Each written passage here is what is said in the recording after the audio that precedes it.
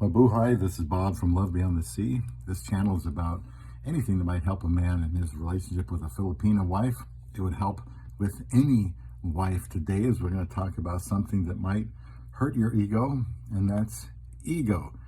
And that's something that already in just 7.5 years of marriage, I can see has caused some issues for us, and we should talk about that day if we want to learn to be the best husbands for our Filipino wives. This comes from marriagemeansmore.com. He is a relationship and marriage coach. By the way, please subscribe here. I've got many hundreds of videos, and I want to keep making them to share on this important matter.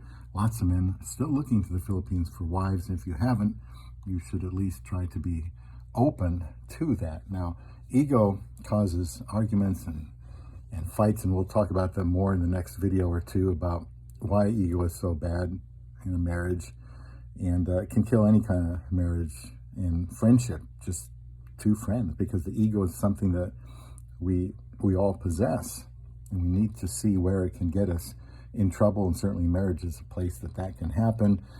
From the article, What is the Ego Anyway? And they say if you were to describe ego quite literally, it's a person's sense of self-importance and self-esteem. However, when you look at it under a reality-based lens, it basically is a person's self-entitlement that wants them to have things done their way. It is a belief that you are superior to the other person and that everything should be about you. You ever seen somebody with a big ego?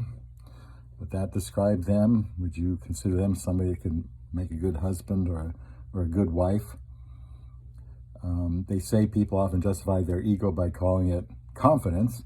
However, what they don't know is the fact that there's a world of difference between the two things. Confidence is a very healthy trait and promotes positivity.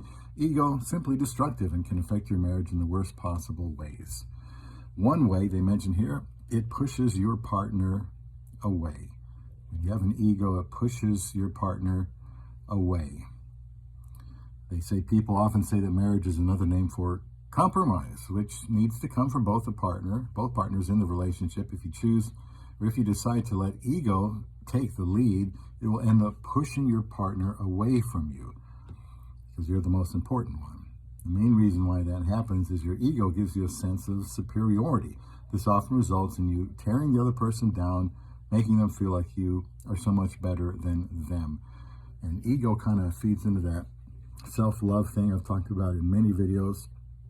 You know, we already love ourselves. The problem is we love ourselves too much. We don't love others enough. And when you get married, and like it says in Ephesians 5, for the husband, he has to lay down his life for his wife.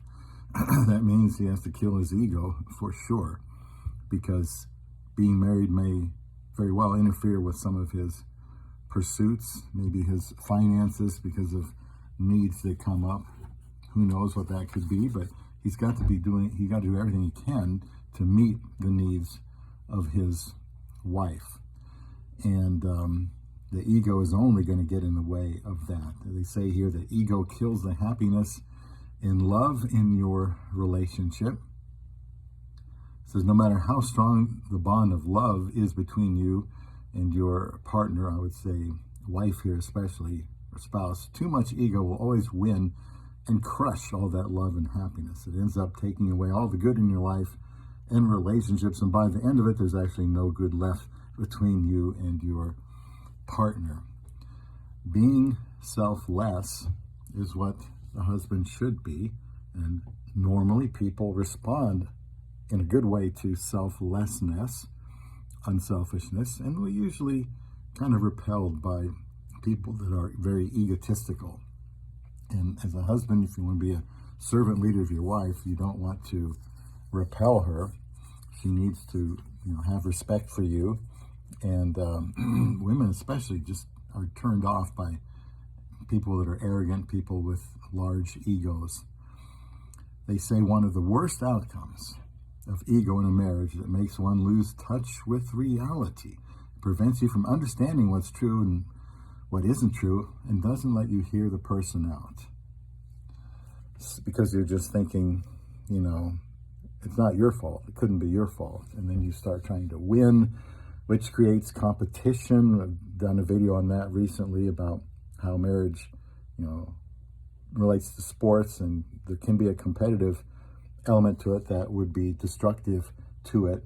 They mention here that ego creates unrealistic expectations. Let me read you this here. When a relationship is as sensitive and delicate as marriage gets stained with ego, there are times when one person starts expecting too much from the other. They create these unrealistic expectations, which I've been talking about in other videos, which they feel that they truly deserve. Think of it as a kind of entitlement that makes one assume that, what is theirs and that they have completely earned it. I mean, I could marry my wife and feel like, well, I waited a long, long time for you. I'm entitled to this, or I'm entitled to that. And, things don't always go the way we want, even with our best intentions, our Filipino wife's best intentions. She just may not be able to, always be there every day for us, physically, mentally, emotionally, spiritually. And so if you have an ego, then you'll believe that at all costs, at all times, your needs need to be met. That will crush your wife, who may have no intention of not meeting needs, whatever they might be. Maybe she's tired or busy, or things on her mind, things going on back home. But the person with the big ego always thinks they come first. They cannot look at the lives of other people, and they probably don't stay married. So before you marry someone, make sure that you check your ego out at the door. I'm going to do another video on here because there's some more material to cover, and that will be about signs that there is too much ego in your relationship. And remember, we all have egos, but in something, like they said, as sensitive as a marriage, the ego is going to get wounded from time to time. And I think you have to be okay with letting that happen, because we're not married to perfect people. And it takes time and maturity in marriage, and certainly with the right perspective going into it, to help prevent ego from ruining your relationship with your love beyond the sea.